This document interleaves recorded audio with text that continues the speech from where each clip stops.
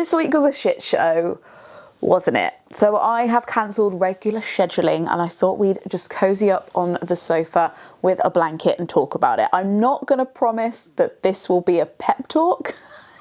I honestly don't think I have a pep talk in me right now, but I can promise that it's going to be a reflection on some of the things I've been thinking about from my position in my life and Britain, looking over at the US. If you're watching this historically, Donald Trump was elected for the second time this week, and it's something that feels both shocking and like kind of less shocking than 2016.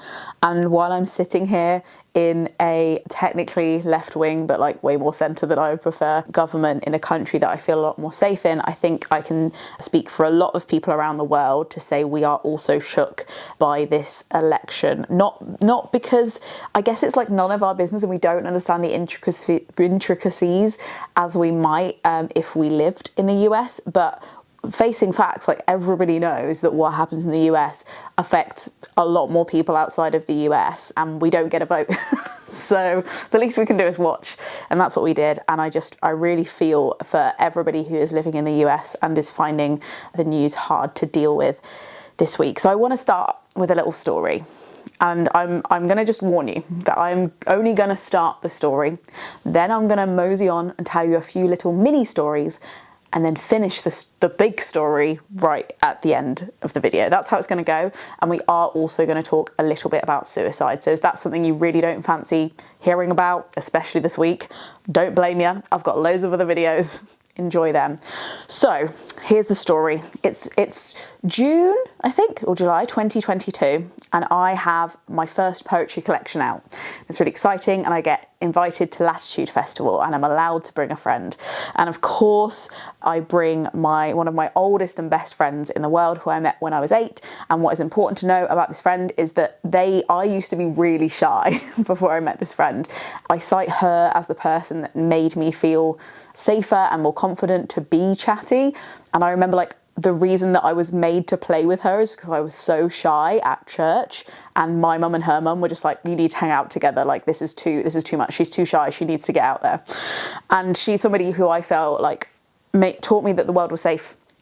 And I was in this car with her on a dual carriageway, hurtling towards a festival where I was going to perform. Like that's like the biggest gig of my career at that point. I was like, wow, I'm performing at Latitude Festival, and we're going very fast in a car. Like not very fast, you know, like an acceptable speed in this car on a dual carriageway. And another thing you need to know about me is that I'm having a little bit of a Final Destination situation with driving and cars. Like I've been in too many car accidents for it to be normal. Like, you know, in a way that I'm like, I don't believe there's a bigger force going on, but also the evidence doesn't look good. And I failed my driving test 4 times because I'm so nervous in cars. Anyway, so we're driving down this motorway, well, it's a dual carriageway, and a man who I've never met decides to drive on purpose at 100 miles an hour down the wrong way of this dual carriageway, the wrong way, on purpose. Just saying. So he hits us. He hits somebody in front of us, and I'm like, wow, I've just witnessed a car crash. Then he hits us. We roll 3 times, land upside down, and I have to climb out with my friend out of this car. Now, it's not my story to tell, her story, but just suffice to say, there was an added extra level of panic because she was 5 months pregnant. Thankfully, the baby is fine. I hang out with her. She's great. She's living her best life. She was born healthy and well. Thank fucking goodness. But at that point, we didn't know that. And we didn't know whether the guy crashed in the end into a tree after hitting several cars. We didn't know if he was going to be okay either. And it was just like the weirdest feeling to sit on this hot tarmac in the middle of a dual carriageway that had emptied within seconds, and sit next to this car that I wasn't allowed to touch again because it became a crime scene. So I couldn't even get my luggage out of it, and be like, wow, I almost died, but I didn't die. And at the time, I kind of like didn't acknowledge my feelings about it. And I was like, This is fine. I was really weirdly calm on the day. I think just because I've always been suspecting that something would happen like this. And I talked a little bit about this story in my video called Lies You're Told About Therapy. But I was really calm on the day. That's what you need to know. And it was only a year later, after I really started feeling the effects, like the knock-on long-term effects of that shock, that I started going to therapy. And I wrote this poem. And I'm going to read you the poem out. And you have to know that it's not about elections. It's about this specific situation that happened to me. But it made me think of it recently because I was told to write a little letter to this man, and I didn't really want to. So instead, I wrote this. And I'm going to have to put my glasses on. I know that they're annoying because they reflect the lights, but you just need to know that I can't actually read without them. So, they say near-death experiences can be a wake-up call, a way to realise how fragile the world is. But you hit me with everything I was afraid of. I didn't flinch. You hit me with a car for the wealthy, on a road that should have been a rail track, in a mood reserved for only men who have been told that other people deserve to die at the feet of their problems. You hit me while I sat next to the first person who had told me the world wasn't as scary as I imagined, that people were good, really, and you rolled us over until all of the evidence shook out. I don't fear death, but a pointless death disgusts me. Fill me with tumours, stack up the inevitable, let the stars decide my undoing. But to be snipped at my root by someone who flicks his wrist in a throwaway gesture of violence, someone who thinks so highly of their own judgment that they can decide that life isn't worth living on behalf of others. That's the kind of arrogance that really chills me, keeps me alert, keeps me guessing. And now I've had a year of enduring the reassurance that you don't happen, that people like you are rare, when I have met hundreds of men like you, men who think the world is there as a rec room to throw themselves around. And soon you will be just a driver again, just a motorist in a flashy car, and I will be the hysterical one, the one who imagines monsters under beds and tide lines that rise, and I can't mention the things that never happen, and yet happen anyway, regardless. So I thought of that poem today because it's kind of about this idea of everybody telling you that, like, oh, well, not all people are bad, and those kind of things never happen, and you kind of look at the TV screen or you look around you and you're like, I see loads of people like that, and I know that they get away with it, like this person that hits with a car on purpose and his dashcam footage shows it and he pled guilty, has only got a 3-year driving ban, which means he'll be back on the road soon. Good. But I think, like, one of the things I learned about losing hope and, like, trying to have faith in humanity is that I am not always the best person to judge whether that's possible. And I don't know if, like, constantly trying to assess whether most people are good or bad is very productive, because I kind of feel like we sit there and we go, God, all these people voted in this election to actively harm us, to throw their toys out the pram, to push their arrogance on other people. And that's horrific. And I keep trying to think about that because I think I'm trying to assess whether I should carry on acting the way I do and, like, resisting that urge to be horrific like they are. Not that I have an urge to be horrific, but you know what I mean? Like, keep trying to do good things when there are so many people who obviously wish ill on others. And then I start to think, like, well, is that the reason I act the way I do and I believe the things I do? Because I think that everybody else is on my side? Because there's a chance of, like, an overall win? Or not really? So is that question of, like, how many people really in my country are horrific and how many people are, like, kind? Like, it's an interesting question, but is it relevant when it comes to what I should do next and what I should feel about the world and whether I should keep up the hope for myself, you know, like, is it relevant? And it made me think about my favourite museum in the world. I always go on about this museum. It's just the best one. In Amsterdam, there's a museum called the Resistance Museum, and whenever I've gone to Amsterdam, I've always visited it, and I kind of go on my own and like just wander around in the dark, and I just love it. I can't explain it. It's basically a museum that is dedicated to the people who lived in the Netherlands during Nazi occupation and resisted the Nazis, like how they did it, who they were, what their life stories were. It's got a lot of diversity in the museum as well. Like it doesn't just include white people, and I think there's a lot of nuances in the way they've presented that, which I think is really good. Like there's loads of like complicated stories in there that they've really honoured, and it's really interactive. And I just think it's such a hopeful way to do museums. Like it's not about the Nazis, it's about the people who resisted in small and big ways. So I wanted to tell you a few little stories from that museum, like little plaques that I took pictures of that I thought were wonderful, because I guess not all of you are ever going to go, but you should. If you go to the Netherlands, like you have to, it's the rules. So like on top of like little stories about people distributing illegal newsletters, destroying registry offices so people's false identity cards wouldn't be cross-referenced, smuggling false documents in chessboards and in prams, because people tend to like think of women as innocent, they're not going to look in the pram. All that kind of like kick-ass stuff is just like really interesting to hear about, but these stories in particular stuck with me. So a lot of charities in the Netherlands came under German control, including a charity called the Winter Aid. And it says, when a Winter Aid collector came to the Hague resident, Jacoba was defiant and said, the proceeds from Winter Aid go to the Germans and the NSB members, and they are a pack of thieves, just like Adolf Hitler. I don't give to Winter Aid until our queen has returned. The collector filed a report. Jacoba was sent to prison for 2 months. It didn't make her any less stubborn, and when the guards offered her to darn some socks, she sewed them shut, supposedly out of ignorance. She incorporated her prison experience into these embroidery pieces, and these beautiful embroidery pieces of like her story of being in prison.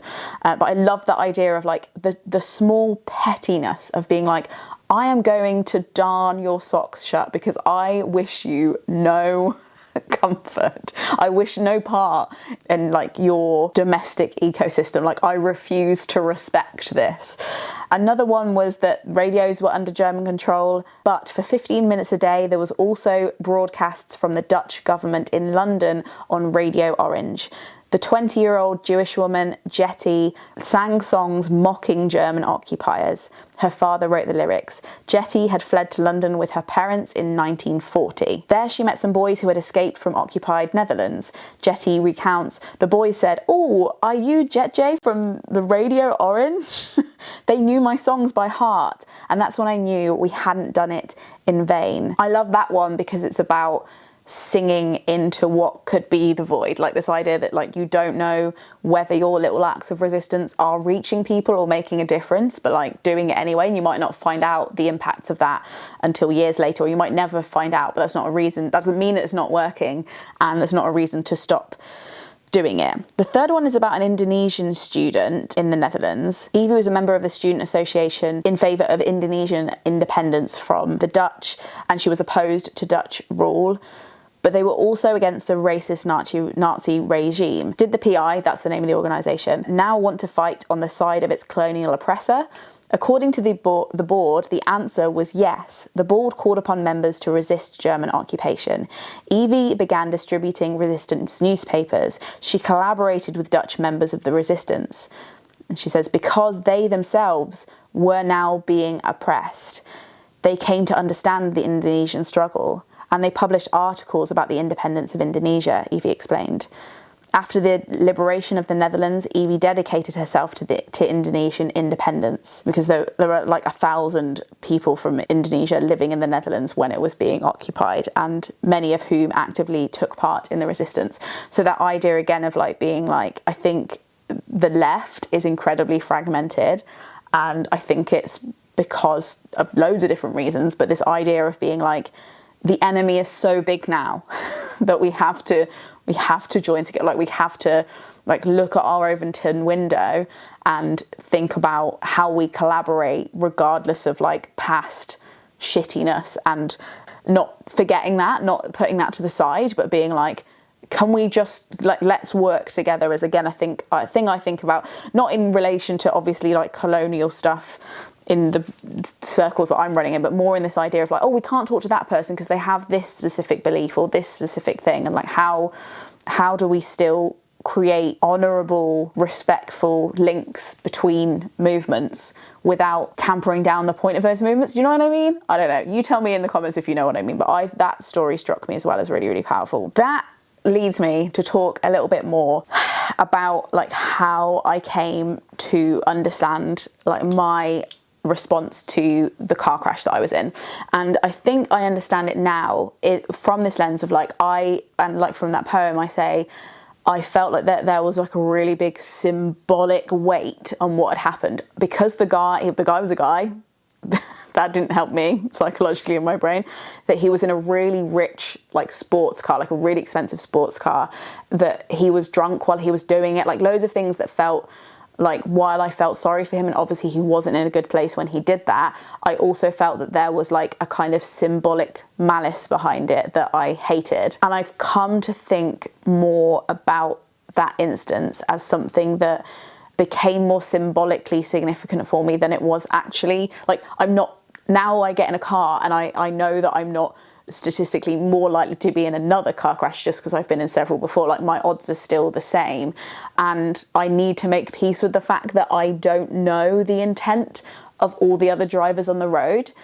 And sometimes it is malice, sometimes their intentions are genuinely evil, and sometimes they're just people who I have I can only see their actions. I can't see their intentions. And while their actions can be violent and result in really horrific things happening, it is important to remember that a lot, and particularly that man on that day, I don't think that, now hearing more about the case that I can't talk about on here, it doesn't sound to me like he planned to kill anyone that day. It's more that he made a snap decision in a very, very distressed, mentally unwell state, and didn't think about the consequences of it because he was so in his own head and preoccupied with himself and his own fear response, which is how I think a lot of people vote. And I don't think that means that the consequences aren't any less horrific and violent, but it does give me hope when I think about, like, am I surrounded by genuinely evil people, or am I surrounded by people who are acting in their own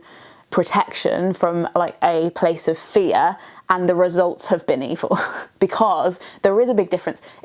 There is a difference and there's not a difference, but there is a difference when it comes to, like, is this fixable? Could these people vote a different way? Are there thousands of men driving around motorways today who are all purposely trying to kill other people? Probably not. The intent of that guy matters to me.